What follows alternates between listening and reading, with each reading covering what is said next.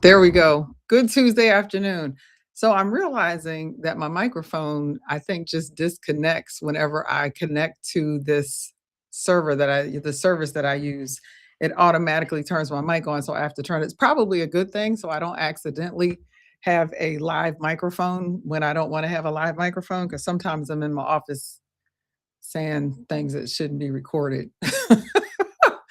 Hello, I'm Dr. Lisa Summer Hour, and my plan is that I'm going to come here 3 times a week. I'm going to look for Tuesday, Wednesday, Thursday. I don't have a set time, so if you don't catch me when I'm live, you can just catch it on a repost or rebroadcast, or look for it in my thread so you can find it. I was talking to somebody this morning. Actually, I was talking to my coach. You know the saying, they say if your coach doesn't have a coach, there's a problem. I pretty much have had a coach for at least one thing in my life for the last umpteen years. I'm having a hard time remember the last time I didn't actively have somebody that I was going to for coaching, for business or whatever. And I was talking to my coach this morning, and I said something to her about, let me see, I wrote it down. Doing the best that you can. Because yesterday I told her, oh, yesterday, Monday was a rough day. It was everything that you think Monday's going to be when you think Monday's not going to be good. And the day started off that way. It got better toward the end. I had some great things happen at the end of the day. And she said, oh, you need to talk about that. And what it made me think about was how, when we are constantly, we're thinking in the positive, we're thinking in the affirmative, which is good, right? But we think about commitment and moving forward and growth. I'm going to pull something up here because I put some notes up here. We think about all of these things when we are coaching people, and when we are trying to get ourselves hyped up and souped up. So when things don't go well, or things fail, or things have to be dismantled or redone, sometimes that's when we realize we're collapsing, like we weren't built for the rebuild. Nobody told us that rebuilding, that dismantling things, that sometimes tearing things down because things don't always work out right the first time. Nobody told us that that actually is part of the process. And if you think about it, our bodies just came to mind for me. There are parts of our bodies that are just constantly, where our cells are breaking down. Breaking down things needs to be part of the process, so that we stop believing that every time something doesn't work out, and it has to be rebuilt or completely demolished and rebuilt from the ground up, we stop thinking that that is a fail. And I'm a divorce coach, breakup and divorce coach. So I work primarily with women who are either going through a breakup or a divorce, or have already gone through one, and they are ready to deal with whatever it is they're still carrying that's keeping them from living the life they really want to live. My intention is to see people living their best life, leading their best self forward. I spent a lot of time in corporate America. I've worked with everything from, teams all the way up to people in the boardroom. And one of the things that I find that's consistent is the collapse that happens when things are not going well, because somewhere in our mind, we believe things are supposed to go right the first time. We don't really have a plan in place for if they don't. I've worked with a couple of people who will ask that question, what are some of the things that can go wrong? And one of the reasons that I love working with professional women is because I really like using a lot of the strategies and tools and ideas that work in corporate, or that we employ in corporate environments. I think they work well for us in our personal lives. I think the reverse of that, the opposite of that, is true as well. I think anytime you learn something that benefits you personally, there is a real chance that it's going to be beneficial in other environments. Of course, I thought I had my phone off. This is like real time, real time. I know this person's going to be like, we missed our call. This is because I don't have a schedule yet for when I'm going live, but it was time for me to go live. And so I'm live. I will have to return that call. Actually, that's one of my sisters calling. And oh my gosh, this is just hysterical. and this is a girlfriend of mine, and I'll have to do that. And I'm going to now turn my phone off completely. So I wanted to talk about what, and it was already off the ringer. I want to talk about, I have too many devices in here. That's what's going on. I want to talk about what it means to dismantle something and that it's okay, because I'm going to tell you, and in so many different areas in my life, in my every single day, I realize how many tools I actually have that are designed for taking things apart and tearing them down. And I'm not saying that when you go into a marriage, you should be planning on dismantling it. That's not what I'm saying.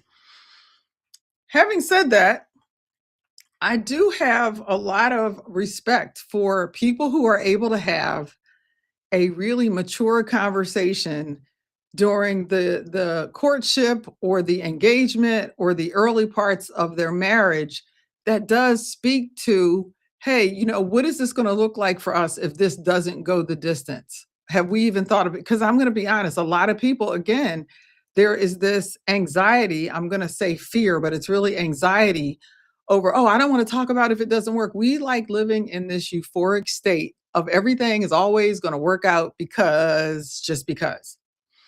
And some people are even, I'm going to just say it's superstitious. I don't care how saved they think they are.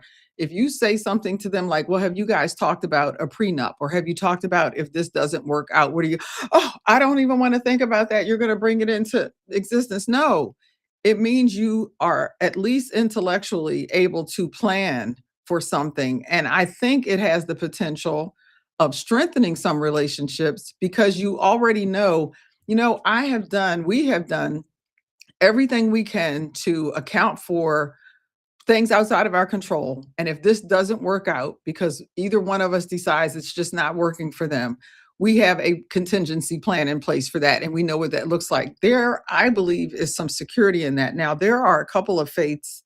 I know in the Jewish tradition and in their customs, depending on what they follow, if they follow them, they actually have a process and a plan in place for if the marriage doesn't last, what he is going to be responsible for taking care of it. If you look in scripture, you will see men and certain tribes are told, they still need to be able to provide for their wife, their ex-wife, if as you were.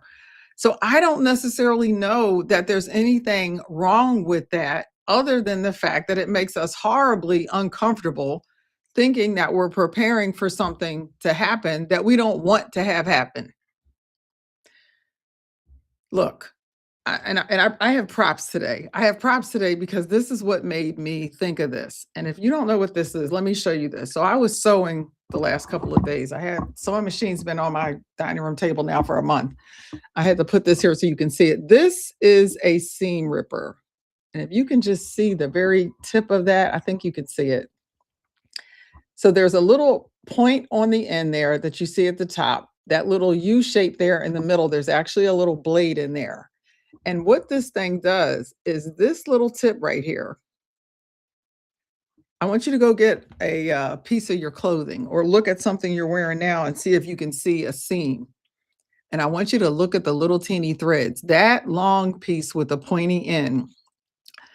When you want to use a seam ripper, you take that little piece and you get it underneath a thread, one little stitch, so that you can slide it into that U and cut that stitch. And that's how you begin the process of ripping out a seam, taking out the threads to dismantle a seam in a garment. I don't know a seamstress, I don't know a seamstress who doesn't own at least one of these, probably more because I've broken these.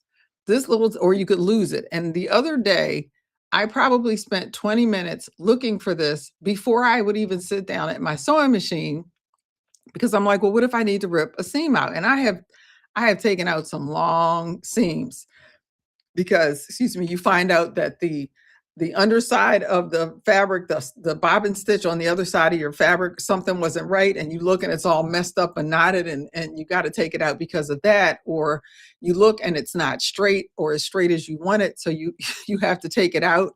Or I've done this more than once, sewn a sleeve into a garment inside out.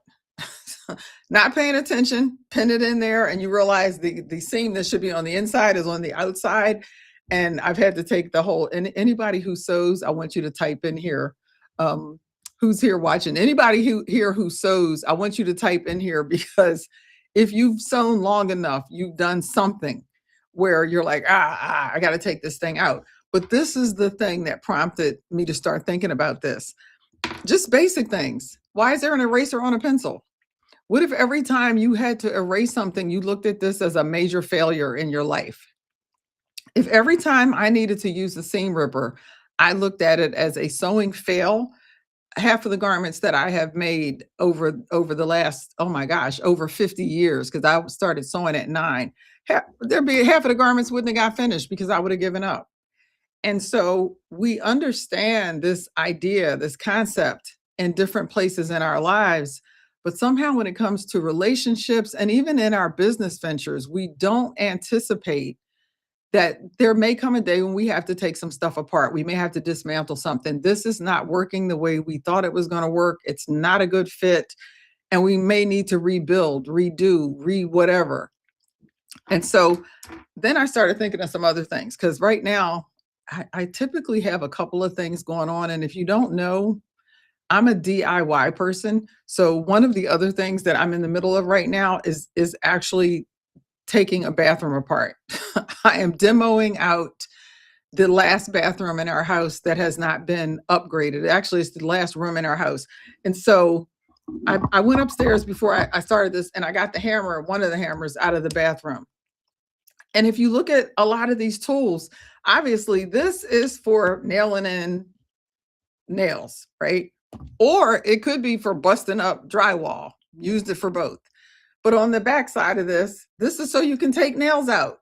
Why? Because everybody who builds something knows that you also need to know how to deconstruct the thing that you are building. You need to understand how it got put together, and you need to know how to take it apart the right way with the right tools, because sometimes nails don't go in right the first time.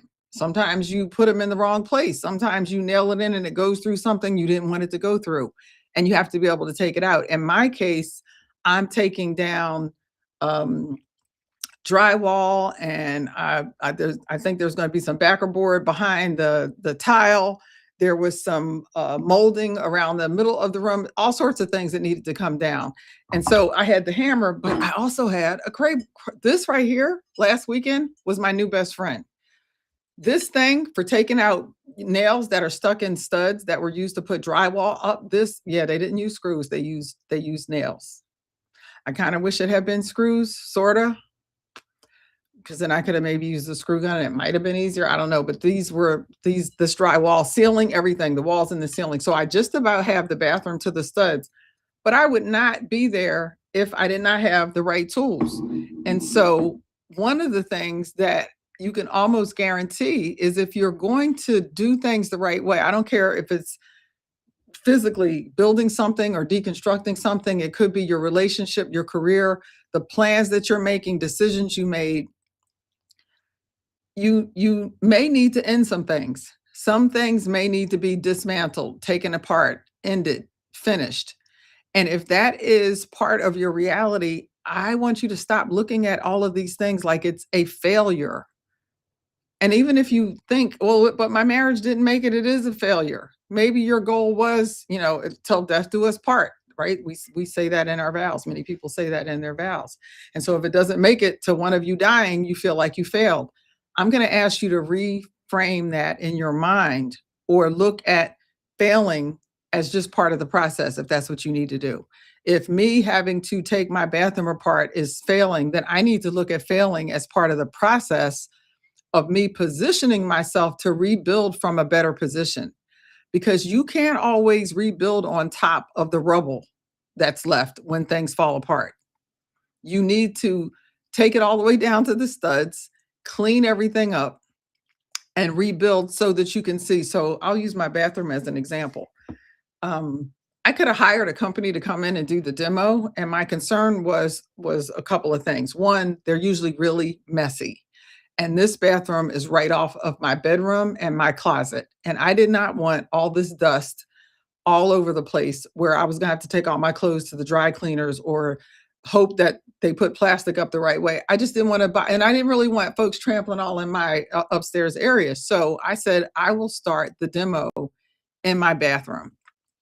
And it was really clean because I had blankets down and plastic up, and I kept the door closed and the windows open. So I contained a lot of that dust. But the other reason I wanted to take it down to the studs is because I didn't know what was in the walls. I didn't know how the electrical was running, and I knew I was going to need to get an outlet in certain places where there was no outlet.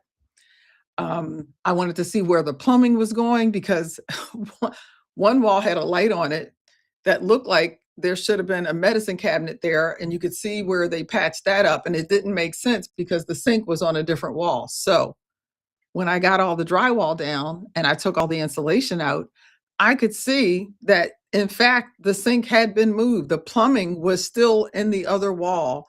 They had cut a hole out, cut the plumbing, capped everything off, and then put a panel over it, painted over it, and then they put wainscoting all over the bottom half of the bathroom so you couldn't see it. And so now I'm able to have a conversation with a contractor about what needs to get moved where. And instead of them giving me an estimate based on what they thought they were going to need to do, now any estimates I get are based on what they really need to do. So I say all that to say you need to be willing to tear some things down so that you can get all the information you need to properly review something. Because sometimes you're trying to put pieces of a puzzle together and you can't even see you don't even have all the pieces. You don't even know what's there. And so if you had a relationship end and you are still just trying to move forward from something, but it's still weighing on you, it's still stuck in your mind, you're still waking up trying to put the pieces together about how did this fall apart, what happened, but you're not really willing to deal with the truth. You're not really willing to sit. You're just trying to barrel through it. Let's say that. You say you're trying to deal with it, but you're really trying to just barrel through what already happened. I want you to be able to actually review it. I want you to be really clear and be comfortable enough to sit down, or uncomfortable enough to still want to sit down and say, let me look at what I'm still holding on to from that relationship. Let me clear the rubble and see what it is that's really bothering me. Because I really think sometimes we have a lot of emotion around things. And for many people, unfortunately, it's anger. And I think it's misplaced anger. I think people want to pretend that they're angry at something their ex did. And they're really angry with them for dealing with something that their ex did for longer than they think they should have. Does that make sense? Right? So some people are like, oh, I should have left. I should have left. I stayed too long. And, nobody can tell you what that time frame could have been or should have been for you. But it's going to help you get really clear if you can just dismantle and just move through all the rubble and chaos that you're creating for yourself to really be honest what the emotion is and where it's coming from. Where is it stemming from? And it's sort of like me getting all that drywall off the wall, getting the wainscoting, taking the insulation out, and standing there dusty, too dusty to go downstairs and eat, right? But being able to go, oh my gosh, I'm so glad I did this. Look what I can see in the wall now that I couldn't see before. And so that it has to be part of the process that we accept when things are not going the way we thought they were going to go. They don't go according to plan.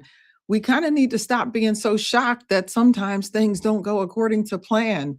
And why can't we be more prepared so that we can go, you know what? This was not what I expected. And I know that I have the skills, the tools, the strategy that I need to get myself through this. But the first thing I want to do is sit down and kind of process. I want to review this, right? I want to review this. And then when you're reviewing, you have an opportunity to let go of stuff that doesn't have anything to do with you, right? So if this is stuff that was 100% your ex, there was nothing you could have done with it or for it or about it, except figure out how you were going to deal with it for yourself personally. But the thing wasn't your issue that you created. It wasn't your problem that you created. That doesn't mean you don't have to figure out how you're going to resolve it, but you can give that to them. That's their stuff. I tell people, try to take on as much responsibility as you can, because the stuff that's outside of your control you're not going to be able to deal with it anyway. You're not going to be able to fix it anyway because it wasn't yours to fix. So give those things back. And that way you're only sitting there with things that you still have control or influence over, right? Things that are impacting your life that you can now do something with or do something about. And that's going to be one of the most empowering things that you do, but you will not get there if you're not willing to, break some stuff up, break it down so that you can review what's there and then get yourself in a position to be able to release the things that don't have anything to do with you. Now, back to my bathroom demolition. Once I tore all that stuff out, I had to get it out of my bathroom. so so I was literally I should have put pictures on here. I don't know if I can come back to this video later and add pictures, but I had 19 bags, heavy duty, big green industrial trash bags, 19 bags of drywall and insulation and wainscoting, sort of like real thin paneling that I had to break up, bag, and drag downstairs. And the reason I had to do it that way is because my stairwell to my bedroom is a spiral staircase. So it's not an easy thing to navigate. There was no way of taking big pieces of drywall down those stairs. Plus, I was doing it by myself. So I needed to make it doable. And once I got it downstairs and outside, I hired a junk guy to come and pick everything up. But that allowed me to release the stuff that it wasn't going to be any good anymore, to get rid of it. There's still a couple more things I haven't demoed it 100% yet, but I have the ceiling is completely gone. The top of the entire room is gone. And now it's just the shower area and right behind where the sink and the toilet were because I didn't dismantle the sink and the toilet yet. So I'm and I'm going to have the floor taken up, but enough about that. So that's my, what am I calling that? That is me being able to review what's going on and to literally release the things that I don't need. Right. And then I'm able to, now I'm at a point. I just had one of the contractors that have done a lot of work here in our house came over yesterday morning because we were able to kind of reset what we had talked about wanting to do in the bathroom. And now that we can see the walls open and he can see where the plumbing is and what needs to happen with electrical, we have to kind of reset before we can really plan on what we want to do moving forward. So I really want you to get through that, the tools that you have, things that you are using every day. And okay, you may not be using pencils anymore, but you probably have a delete button on your on your device. If every time you had to hit that backspace or that delete button to rewrite something, you thought of yourself as failing, you would be plumb out of your mind right now. It is a necessary part of creating things that you are going to have to dismantle some stuff in the process. It just is. And maybe it's unfortunate. I don't even like to say I'm sorry when I hear people have gotten divorced because I don't know if they're sorry about that marriage ending. I don't know that every relationship ending is a bad thing. There are too many people out here who are clearly in dysfunctional and soul-sucking relationships. There are too many of them out here that I will never assume that a relationship ending, even if it's a marriage, is necessarily a bad thing. I would prefer to leave that to the people involved to define that. And once they let me know, oh, it was so sad, okay, then for them it was sad. Or best thing that ever happened to me, then yep, best thing that ever happened to them. Even when it's a good thing, it doesn't mean you're not going to mourn the loss. It doesn't mean that there isn't some pain involved. And it doesn't mean that there still aren't things you want to work through or need to work through. And that's why I'm here, to help you work through those things. So one of the things that I'm going to share with you, let me do this before I forget. One of the things that I want to share with you, I have a challenge coming up. It is the Review, Release, Reset Challenge. You can use that QR code or use the link in my bio or DM me if you're having a hard time finding any of it.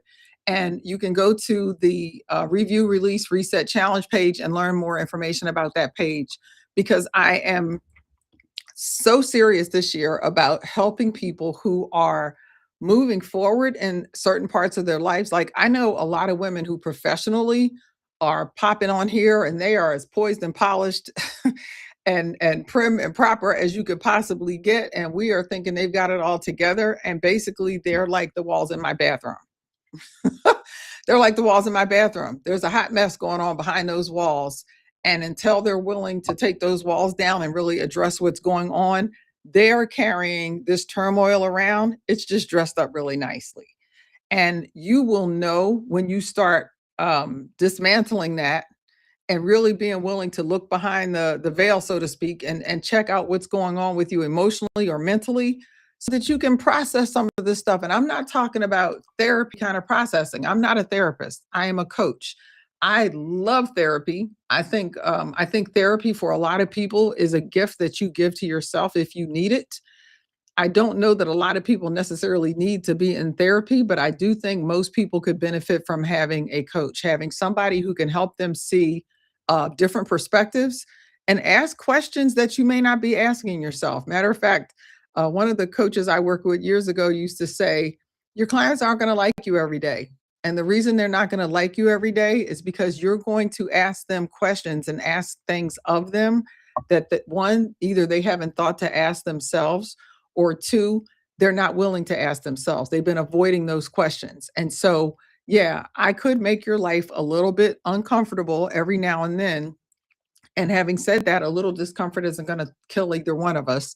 But I'm also here to be very supportive while you're working through those things and while you're taking those walls down and seeing what's behind it before you start the reset process so that you can begin building something different, building something new, or just rebuilding what you had so that it's a little bit more efficient and more like you. Because something else I know going through a divorce, and for those of you who don't know, I am a divorcee also. I came to this work because of personal reasons, because I knew what my experiences were like. Oh, I've been married and divorced umpteen times. That's the number that we use here. Um, I've been married and divorced umpteen times. So I had the personal experience. And on top of that, I do have a doctorate degree, two master's degrees. And my accreditation is actually in working with women who have gone through breakups and divorces, and additionally people who have been in difficult or toxic relationships as well. So I wanted to make sure that I not only had the from personal experience, but I had the professional expertise to be able to work with folks, because as many of you may or may not know, coaches don't have to have accreditations or certifications. Like, you could wake up tomorrow and decide that you're a coach and you may be qualified to help some people, but I wanted to make sure I had some credentials so I could lessen the questions. And that's just kind of how my brain works. So I want people to understand that you do have support. This review, release, reset challenge is definitely something I am recommending, because I think if you can take an hour a week to have somebody guide you through the process, you will not only get something out of it in real time, but you'll have something moving forward so that if you're going through anything again, you have a process, a tool, and a strategy that you can just pull out and go, you know what, let me run this through this process. And this is for you if you are ending a relationship.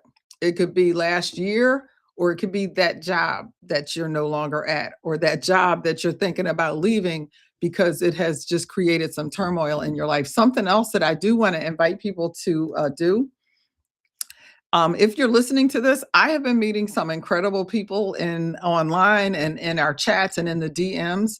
And I want to invite you, click on this and schedule just a 15-minute session so the two of us can kind of meet and have some one-on-one time. This is something that I have committed to doing more of. And when I'm doing these lives, it's the best time for me to remember to invite people to do this. So hope this little chat has been beneficial. What I want you to remember is, look, we got all kinds of tools that help us tear things down and rip things apart and undo some things so that we can do them better the next time, or do them properly. Because the reality is, things don't always work out the first time. Sometimes we need to be really clear that success could include dismantling something that actually may be part of your success process. And if you can think that way, you will be less traumatized when things don't work out the first time, because you can tell yourself, you know what, it's just part of the process. It is just part of the process. I know what I need to do. And if I don't know right now, I know I have what I need to have to figure it out. I'm going to leave you with this. I remember being in my doctorate program, and we were in our 2-week on campus, I think it was summer session. And one of the professors came in and he said, at this point, he talked about when you get your bachelor's degree, you think you're so smart. And then when you get your master's degree, you think you know everything. And it's when you're getting your doctorate degree and you get your doctorate degree that you realize how much you didn't know. And I tell people all the time, my doctorate degree did not make me smart. My doctorate degree taught me that I can learn anything.